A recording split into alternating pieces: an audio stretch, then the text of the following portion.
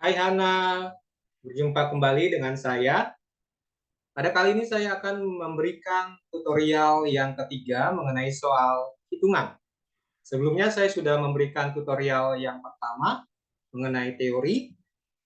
Di sini Hana bisa memperhatikan, ini adalah tutorial pertama yang sudah saya berikan mengenai teori. Kemudian saya juga sudah memberikan tutorial yang kedua, yaitu mengenai kurva. Dan kali ini saya akan memberikan tutorial yang ketiga mengenai soal hitungan. Baik, langsung saja kita mulai.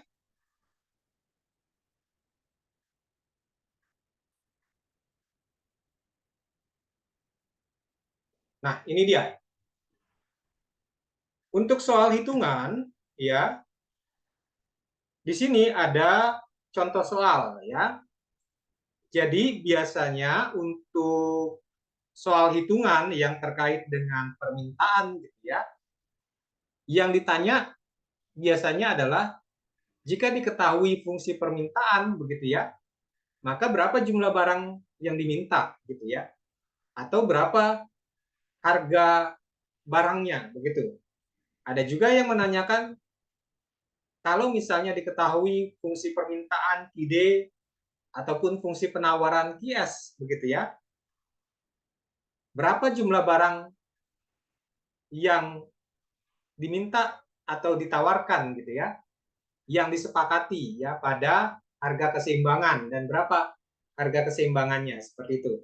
Nah, misalnya contoh soal yang pertama, diketahui suatu fungsi permintaan, gitu ya. Jika diketahui A-nya sama dengan 4, B-nya sama dengan 2, dan P-nya sama dengan 10, berapa jumlah barang yang diminta, begitu ya. Nah, oleh karena itu, masukkan saja ke dalam fungsi permintaan. Misalnya fungsi permintaannya adalah QD A min BP. Ini ya. Masukkan saja angka yang diketahui ya, data yang diketahui, masukkan ke dalam fungsi permintaan, maka didapat QD-nya sama dengan 16 ya, artinya jumlah barang yang diminta sama dengan 16 unit gitu ya. Dan jika sudah diketahui QD-nya, maka dapat diketahui harganya ya. Di sini QD-nya sudah diketahui ya, 16, dan harganya juga dapat diketahui yaitu 10. Nah, berikutnya biasanya yang ditanya juga adalah gambarkan grafiknya begitu ya. Sudah ditanyakan jumlah barangnya gitu ya. Kemudian diketahui harganya, gambarkan grafiknya. Nah, di sini untuk menggambar grafik pertama harus diketahui fungsi permintaannya dulu ya. Di sini sudah diketahui fungsi permintaan QD sama dengan 4 min 2 BP ya. 4 min 2P gitu ya. Nah, untuk menggambarkan fungsi permintaan maka harus dinolkan dulu ya. Maksudnya P-nya ini harus dinolkan. Misalnya P-nya sama dengan 0, maka Q-nya dapat 4. Q-nya juga dinolkan. Misalnya Q-nya 0, maka P-nya 2. Ya tinggal digambarkan grafiknya berdasarkan titik-titik koordinat yang didapat. Titik-titik koordinat itu apa? Ya ini. Q sama dengan 4 ya. P sama dengan 0, berarti 4,0. Ya, masukkan ke dalam sumbu ya, 4,0 gitu ya di sini ya, 4,0. Q-nya 0, P-nya 2. Berarti titik koordinatnya 0,2, masukkan ke sumbu P di sini 0,2. Tinggal tarik garis lurus ya, didapat kurva permintaan, dan fungsi permintaannya adalah QD sama dengan 4 min 2P, begitu ya. Nah, berikutnya yang biasa ditanyakan juga adalah kalau diketahui P-nya, harganya, gitu ya, dan juga diketahui Q-nya, jumlah barang yang diminta, begitu ya.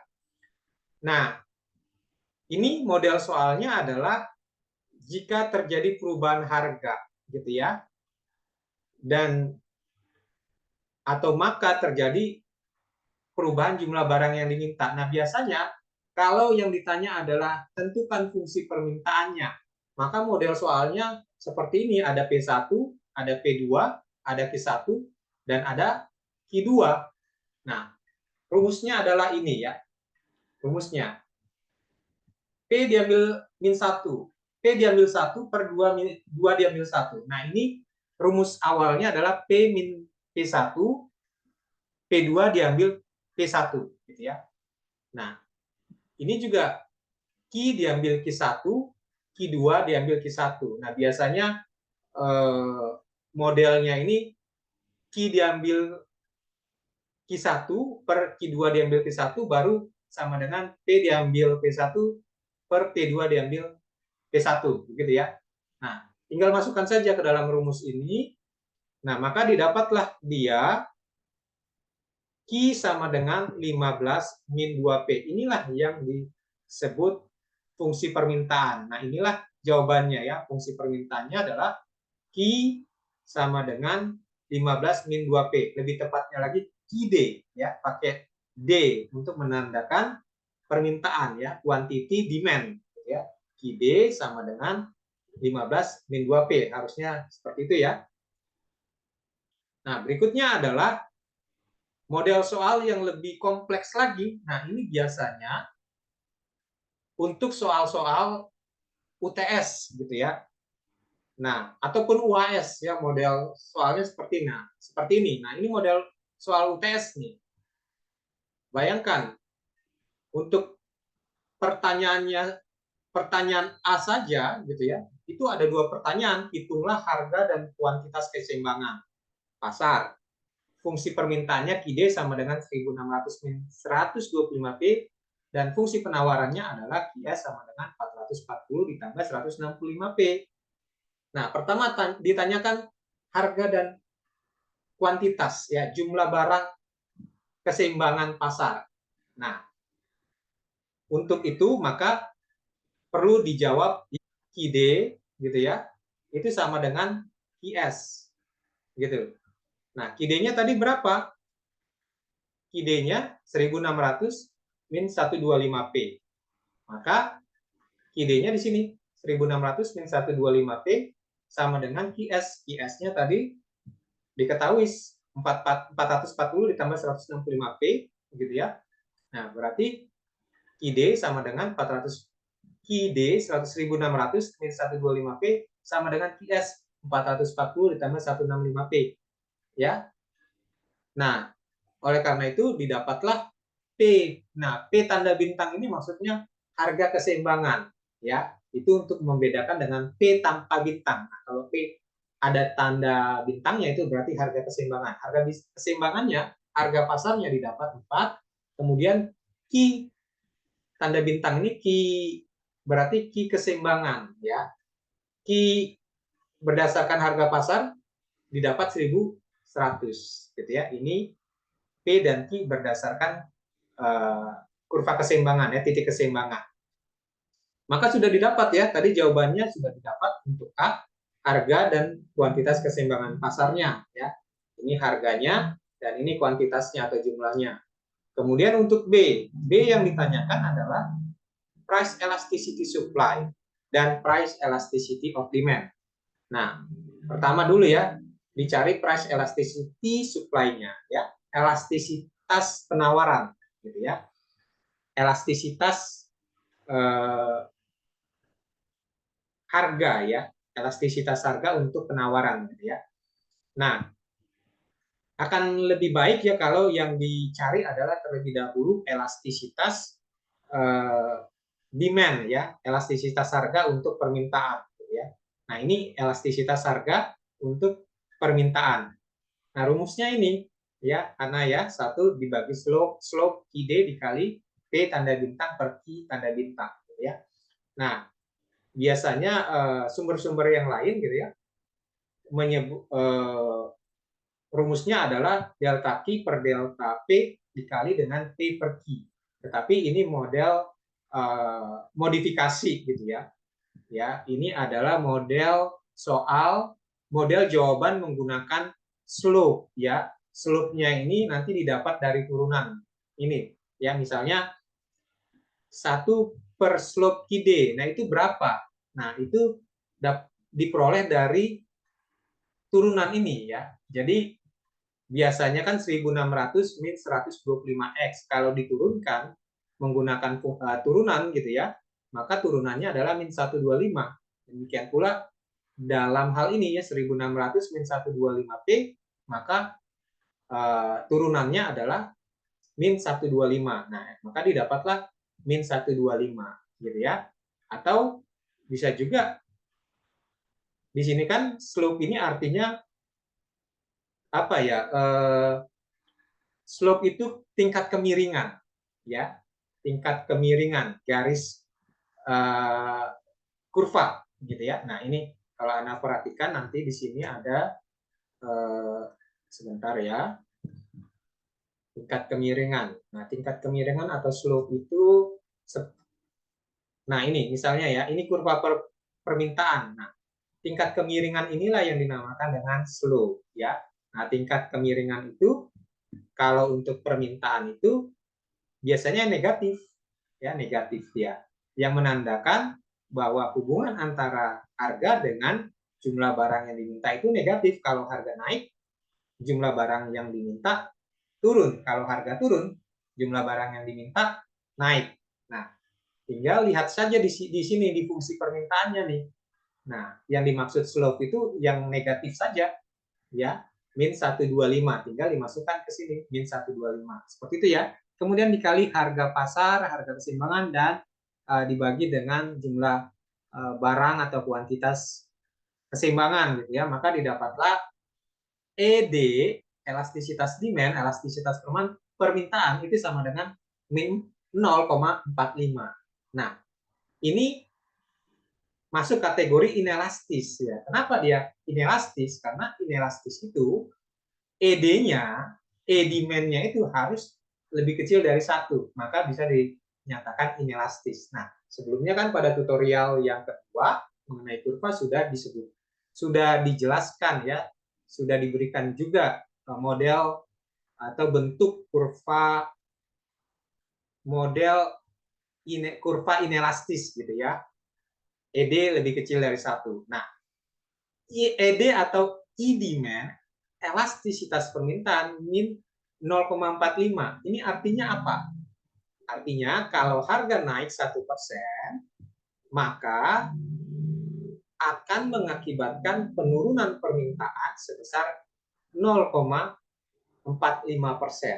Ya, atau kebalikannya kalau harga turun gitu ya, maka akan mengakibatkan kenaikan permintaan sebesar 0,45%. Itu maksudnya min 0,45.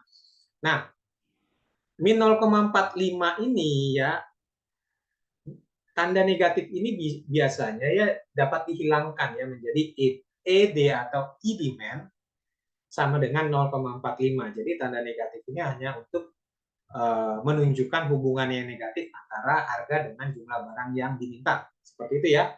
Nah, perhatikan lagi soal yang ditanyakan. Yang ditanyakan price elasticity of demand, jelaskan artinya gitu ya.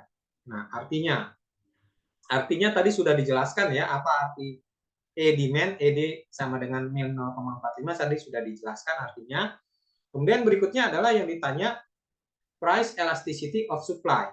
Nah, ya harga elastisitas harga untuk penawaran, supply, elastisitas penawaran gitu ya. Nah, ini rumusnya. Nah, sama seperti tadi ya, untuk mencari slope 1 per slope QS-nya ini tinggal dilihat saja di sini nih, yang di samping P ini. Ini adalah 1 per slope QS gitu ya. Nah, seperti itu. Nah, ini 440 ditambah 165, kalau diturunkan itu sama dengan 165. Sama saja ya, maka dimasukkan 165. Dikali dengan harga keseimbangan per jumlah barang keseimbangan ya. Untuk penawaran gitu ya. Jumlah barang yang ditawarkan, harga pasar dan jumlah barang yang ditawarkan pada titik keseimbangan gitu ya. Maka supply, elastisitas penawaran sama dengan 0,6.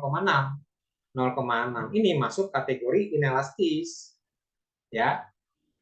Karena inelastis itu E-nya itu baik ED maupun ES itu harus lebih kecil dari 1. Makanya disebut inelastis ya. Nah, bedakan kalau tadi E demand itu tandanya negatif, min 0,45. Kalau E supply tandanya positif, 0,6. Nah, tanda positif ini menunjukkan adanya hubungan yang positif antara harga dengan jumlah barang yang ditawarkan. Ketika harga naik, jumlah barang yang ditawarkan naik, bertambah. Ketika harga turun, jumlah barang yang ditawarkan turun atau berkurang. Itu maksudnya tanda positif di sini. Nah, artinya apa? Nah, tadi soalnya kan pada soal ditanyakan artinya juga ya, arti elastisitas tersebut. Nah, di sini artinya E supply sama dengan 0,6, itu artinya adalah jika harga naik 1% gitu ya, maka akan mengakibatkan kenaikan penawaran sebesar 0,6% ya. Atau kalau harganya turun 1%, maka terjadi penurunan penawaran sebesar 0,6%. Kurang lebih seperti itu ya. Seperti itu. Nah, berikutnya untuk pertanyaan C ya. Nah, pertanyaan C tadi yang ditanyakan apa? Dilihat dulu. Nah, di sini yang ditanyakan adalah apabila pemerintah memberikan subsidi harga sehingga harga pakaian per unit di pasar menjadi sebesar 4,5, apakah dampaknya terhadap keseimbangan pasar? Jadi apabila pemerintah memberikan subsidi nih, harga pakaian menjadi 4,5. Nah, tadi kan sudah didapat harga pasarnya ya, P sama dengan 4. Nah, kalau pemerintah memberikan subsidi, harganya menjadi 4,5. Gitu ya. Nah, ini perhatikan di sini. Nah, subsidi harga ya. Kalau misalnya harga yang ditetapkan pemerintah lebih tinggi dari harga pasar dari titik E1 ini, ya, ini dinamakan floor price, ya. Artinya harga terendah atau harga dasar yang ditetapkan oleh pemerintah, ya. Di sini adanya subsidi harga menjadikan harganya itu 4,5, berarti yang yang dikenakan pemerintah itu adalah floor price, ya. Kalau harga yang dikenakan oleh pemerintah itu ternyata lebih rendah dari harga pasar, maka itu berarti price selling. Nah, karena ini harga yang dikenakan pemerintah menjadi lebih tinggi dibandingkan dengan harga pasar, masuknya ke floor price, ya. Nah, pertanyaan berikutnya apa? Pertanyaan berikutnya pada model pada C ini ya, apakah dampaknya terhadap keseimbangan pasar? Ya, ya tinggal diperhatikan saja kurvanya, ya. Apa dampaknya terhadap keseimbangan pasar? Gitu. Nah, di sini perlu dicari dulu gitu ya, dicari dulu ya. KD dan QS tadi ya, itu kan sudah diketahui ya. Nah, kalau dilihat di sini ya, QD sama dengan QS. Ya, ini pada titik keseimbangannya P sama dengan 4, Q sama dengan 1100. Perhatikan di sini.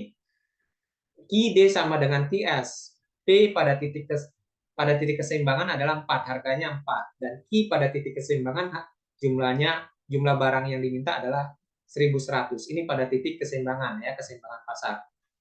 Nah, sekarang karena harganya yang ditetapkan oleh pemerintah lebih tinggi dari harga pasar, maka dicari lagi ide yang baru gitu ya, dengan menggunakan harga yang baru tadi 4,5 gitu ya. Maka idenya didapat sekian. Demikian pula dengan QS-nya ya. Gunakan harga yang baru tadi yang 4,5 ini, masukkan ke dalam fungsi penawaran sehingga didapat QS-nya itu sama dengan sekian. Nah, inilah jawabannya ya. Jadi perhatikan di sini, akibat kebijakan pemerintah tersebut terjadi harga menjadi lebih tinggi ya. Nah, tadi harganya menjadi lebih tinggi, 4,5, lebih tinggi dari harga pasar yaitu 4. Sehingga dalam jangka pendek terjadi excess supply atau surplus. Gitu ya. Nah, ini digambarkan pada kurvanya. Nah, excess supply atau surplus. Nah, perhatikan di sini. Ini kan KID yang baru ya, menggunakan harga yang baru. Nah, KID-nya itu kan KID-nya itu di sini ya, di sini. Kemudian QS yang baru gitu ya, itu di sini 1182,5. Nah, perhatikan titiknya. Nah, QS-nya ini di sini, sedangkan QS-nya itu, KID-nya itu di sini, sehingga terjadi kelebihan barang yang ditawarkan ya. Kelebihan barang yang ditawarkan ya. Jumlah barang yang ditawarkan 1182,5, jumlah barang yang diminta lebih sedikit gitu ya. Sehingga terjadi kelebihan jumlah barang yang ditawarkan atau excess supply. Itu akibatnya ya, akibat kebijakan pemerintah tadi. Terjadi excess supply atau surplus. Ya, tidak terjadi keseimbangan antara permintaan dan penawaran dengan harga yang lebih tinggi yaitu sebesar 4,5. Nah, berapa excess supply-nya? Ya, atau surplusnya? Ya tinggal QS diambil QD ya. Tadi pada kurva ini QS diambil QD, maka dapatlah dia excess supply-nya, kelebihan barang di pasar gitu. Berapa? Nah, ini didapat nih. Berarti excess supply-nya adalah 145 unit. Nah, begitu ya. Oleh karena itu excess supply, kelebihan barang di pasar 145 unit. Nah, ini menyebabkan terjadinya kelebihan jumlah barang yang dijual oleh produsen atau perusahaan gitu. Berikutnya, sudah ya, ini pertanyaannya sudah terjawab semua ya, dari A, B, C, dan D ya. Nah, ini A, B, C, dan D sudah terjawab semua. Berikutnya adalah bentuk soal yang lain ya. Nah, ini terkait dengan surplus konsumen. Nah, perhatikan di sini. Siska ingin membeli kaos harga maksimal yang bersedia dibayarnya 100.000. Nah, setelah ia mendatangi kios penjual, ia dapat membelinya dengan harga 65.000. Berapakah surplus konsumen yang didapat Siska? Begitu ya. Nah, Siska itu bersedia kok, kalau harganya 100.000, Siska mau-mau aja tuh beli kaos tersebut ya dengan harga 100.000. Ternyata dia bisa beli harga lebih murah ketika dia datang ke kios penjual. Berarti dia untung dong, Siska untung. Nah, itulah yang dinamakan surplus konsumen gitu ya. Keuntungan yang didapat konsumen gitu ya. Dia bersedia membayar 100.000, ternyata bisa bayar dengan harga lebih murah 65.000, maka surplus konsumennya berapa? Keuntungannya berapa? 35.000. Nah, 35.000 ini kan bisa dibelanjakan Siska untuk membeli barang yang lain. Nah, itu maksudnya surplus konsumen ya.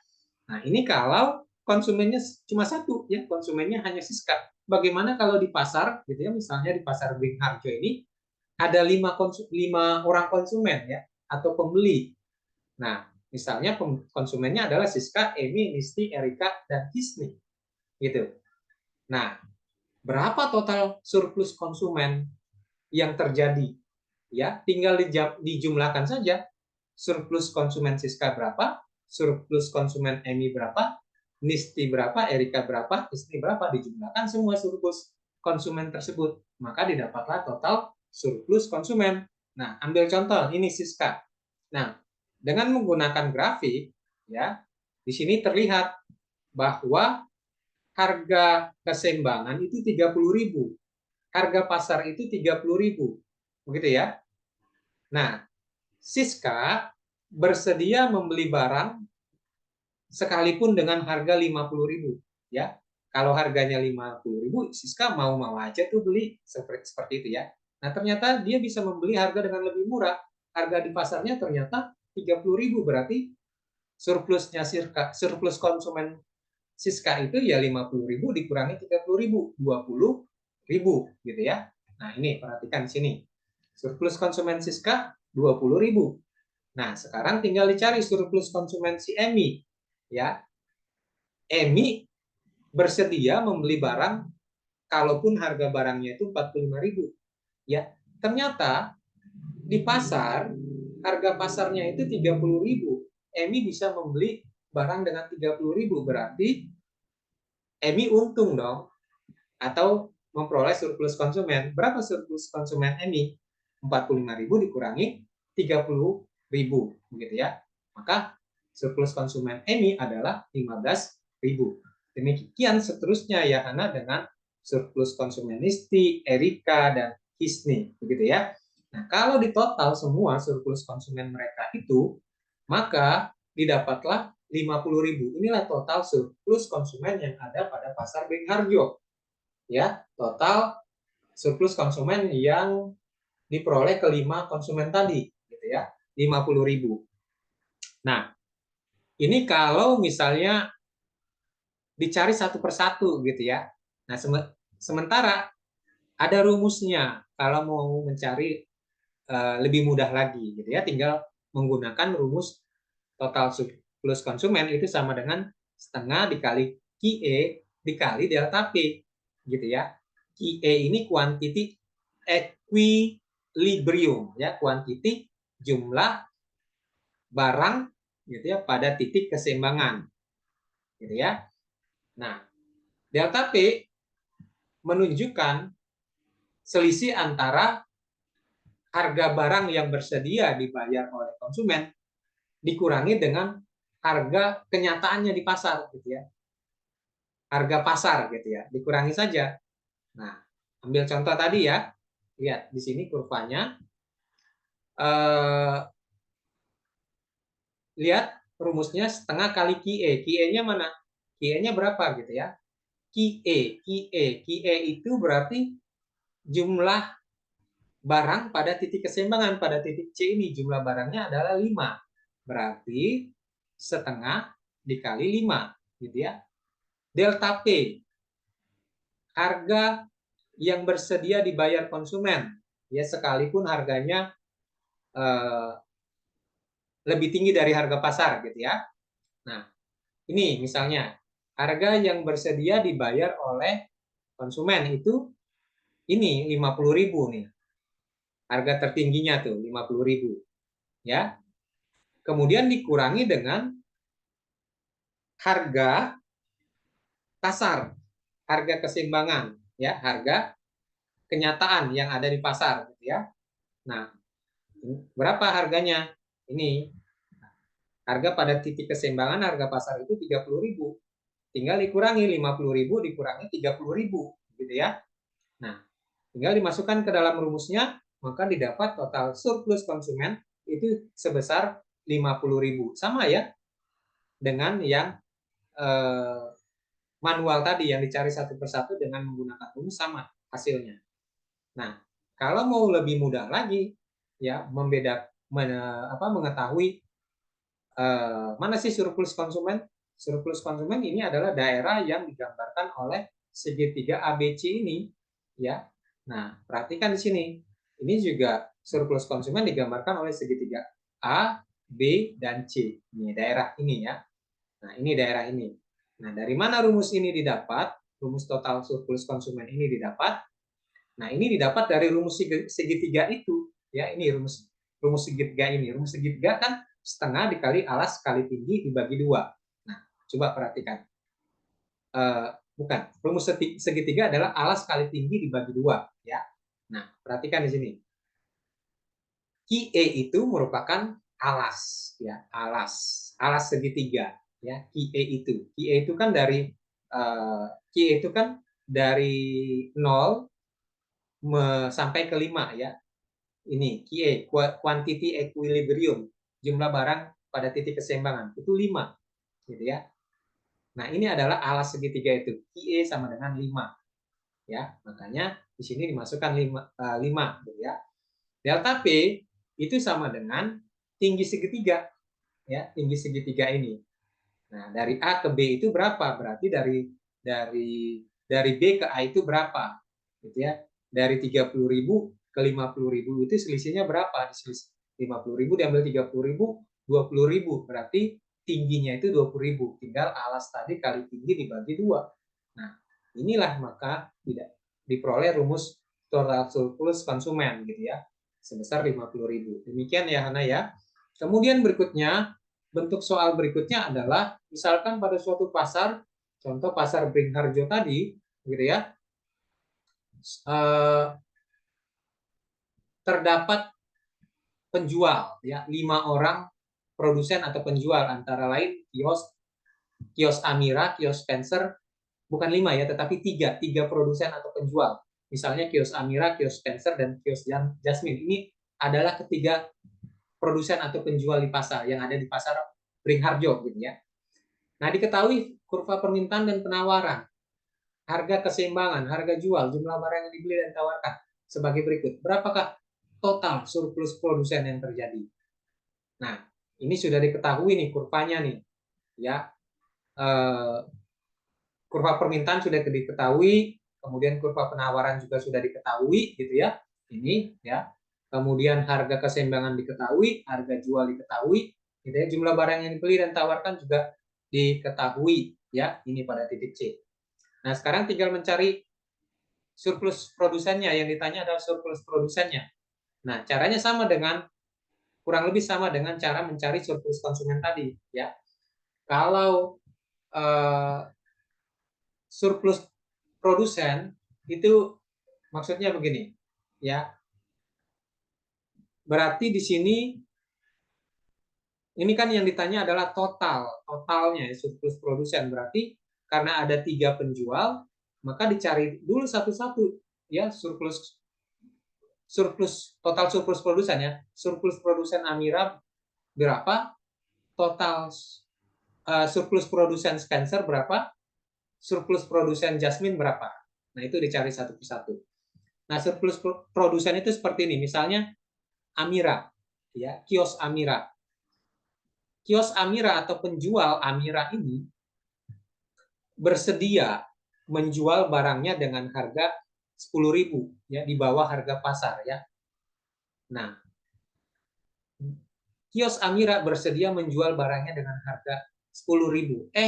Ternyata harga pasar, harga kenyataannya itu 30.000. Ya, artinya kios Amira itu pada kenyataannya dapat menjual harga 30.000 ya, sesuai dengan harga pasar.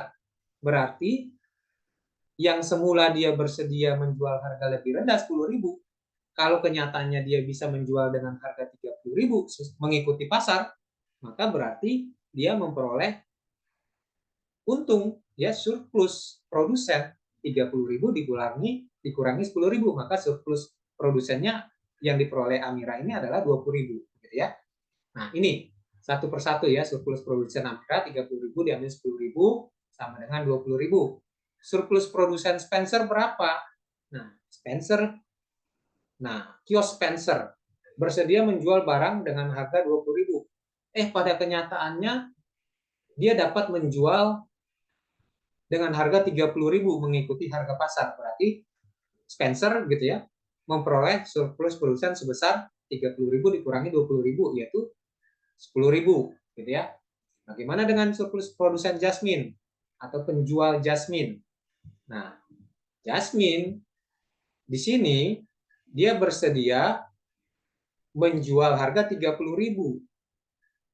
dan pada kenyataannya harga pasar juga 30.000, artinya kesediaan dia menjual itu sama dengan harga pasar, artinya dia tidak memperoleh untung ya. 30.000 dikurangi 30.000 nol ya, tidak ada surplus produsen yang diperoleh Spencer. Makanya di sini surplus produsen Jasmine adalah tidak ada surplus produsen yang diperoleh Jasmine maksudnya ya. Makanya di sini surplus produsen Jasmine adalah nol ya. Nah, tinggal di total saja, maka didapat total surplus produsen yakni 20.000 ditambah 10.000 ditambah 0 ya, itu sama dengan 30.000 ya. Nah, ini kalau mencari total surplus produsen satu persatu gitu ya. Nah, lebih mudah lagi kalau menggunakan rumus sama seperti tadi, total surplus konsumen ya. Rumus untuk total surplus produsen itu setengah dikali QE dikali delta P gitu ya. QE-nya berapa, kuantiti keseimbangannya berapa, Nah, ini perhatikan di sini kuantiti keseimbangannya 5 ya. Nah, berarti ini 5 gitu ya, jumlah barang pada titik keseimbangan itu 5. Ini artinya jumlah barang yang disepakati antara pembeli dan penjual itu 5 unit. Kemudian delta P. Nah, berarti harga yang bersedia dijual oleh harga barang yang bersedia dijual oleh produsen atau penjual dikurangi dengan harga pasar gitu ya. Nah, ini tadi. Nah, harga yang bersedia dijual, harga barang yang bersedia dijual oleh produsen atau penjual itu 10.000. Sementara harga pasarnya itu 30.000 gitu ya, tinggal 30.000 dikurangi 10.000 gitu ya. Maka kalau dimasukkan ke dalam rumus ini sama dengan 50.000. Nah, rumus itu tadi seperti surplus konsumen ya, diperoleh dari dua rumus segitiga ini ya, alas kali tinggi dibagi 2. Nah, itulah dia ya Hana ya. Kemudian berikutnya adalah mengenai elastisitas. Nah, untuk elastisitas ini ada yang namanya elastisitas titik ya, atau yang disebut point elasticity. Ada yang namanya elastisitas busur atau arch elasticity ya. Nah, nanti Hana bisa melihat sendiri perbedaannya di sini ya. Kalau arch elasticity atau elastisitas busur itu lebih baik jika digunakan ya. Itu adalah cara mencari elastisitas yang disempurnakan ya dari poin elasticity ya. Poin elasticity kurang sempurna nih. Nah, makanya disempurnakan dengan rumus arch elasticity ya. Ini dia rumus poin elasticity ya. ED sama dengan Q2 diambil Q1 per P2 diambil P1 dikali P1 per Q1. Kalau rumus arch elasticity, nah ini dia. Tinggal dibagi 2 ya. Jadi P1 ditambah P2 dibagi 2, Q1 ditambah Q2 dibagi 2 gitu ya. Ininya tetap nih, Q2 diambil Q1 per P2 diambil P1-nya tetap. Tinggal di sininya saja yang membedakannya ya. Nah, ini perhatikan untuk yang point elasticity. Nah, pertama model bentuk pertanyaannya adalah diketahui harga anggur Red Globe turun dari 300 gitu ya. Harganya turun dari 400 menjadi 300 gitu ya. Sementara jumlah anggur yang diminta naik dari 200 menjadi 300 gitu ya. Berapa elastisitas permintaannya menggunakan point elasticity dan tentukan sifat elastisitasnya. Maka tinggal gunakan rumusnya, didapat nih ED sama dengan min 2. Ya, tadi sudah dijelaskan tanda minus ini hanya untuk menunjukkan hubungan negatif antara harga dengan jumlah barang yang diminta gitu ya. Kalau harga naik jumlah barang yang diminta turun, kalau harga turun jumlah barang yang diminta naik. Itu sehingga angka minus ini sebenarnya dapat dihilangkan. Oleh karena itu ED sama dengan 2. Nah, bisa seperti itu ya, ED sama dengan 2. Nah, ED sama dengan 2 berarti sifat elastisitasnya apa? Elastis dia ya. Masuk kategori elastis ya. Nah, kenapa elastis? Karena elastis itu ketentuannya adalah ED lebih besar dari 1.